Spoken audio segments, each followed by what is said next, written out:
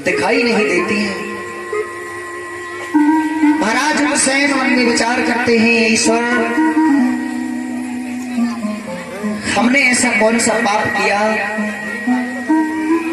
अरे ना जाने ऐसा कौन सा पाप करके आए हैं जो हमारे घर में किसी संतान ने जन्म नहीं लिया है। महाराज हुसैन के लिए नगर मथुरा के सभी जन निर्वंशीय कहते हैं। याद रखना भैया, महाराज के कानों में आवाज जाती है कि लोग मुझे निर्वंशी कहते हैं, बड़े उदास हैं, सोच रहे हैं ईश्वर क्या करना चाहिए। एक पुत्र के गैर कितना बड़ा परेशान है, घर में पवन रेखा जैसी दुल्हनिया, वो भी बार बार कहती है ईश्वर मुझे इस राज्य की मालकिन बना दिया, हे परमात्मा, लेकिन मैं किसी पुत्र को जन्म नहीं दे पाई। पर ईश्वर तूने मुझे इस राज्य की मालकिन तो बना दिया, लेकिन कोई बारिश नहीं दिया। श्रोताओ, नारी कितनी भी सुंदर हो, कितनी भी गुणवान हो, कितनी भी पैसे वाली हो, एक पुत्र के घर बेकार है, एक पुत्र के गैर जीवन उसका बेकार है। पवन रेखा ईश्वर को याद करती है, ईश्वर अब करूं तो करूं क्या,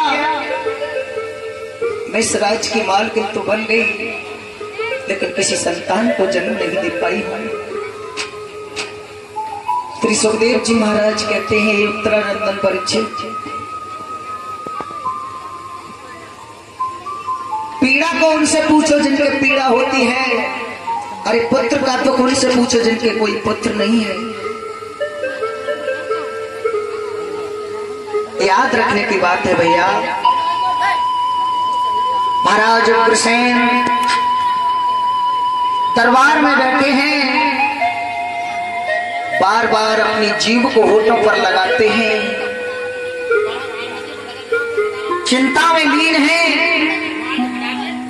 चिंता है तो केवल एक पुत्र की है।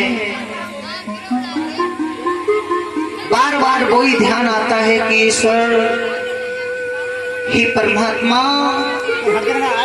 हमने ऐसा कौन सा कार्य कर दिया जो हम किसी पुत्र का मुख नहीं देख पाए।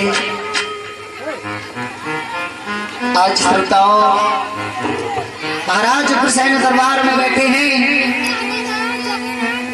जैसे ही मंत्री को नजर पड़ी है, मंत्री के नगर राजन, क्या बात है, कैसी चिंता में बैठे हो, अरे बताइए ना क्या हुआ। उग्रसेन कहने लगे, हे मंत्री कोई बात नहीं है भैया,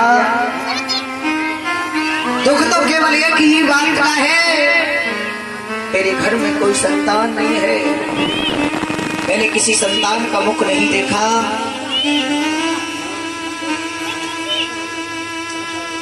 आज मंत्री कहने लगा, हे राजन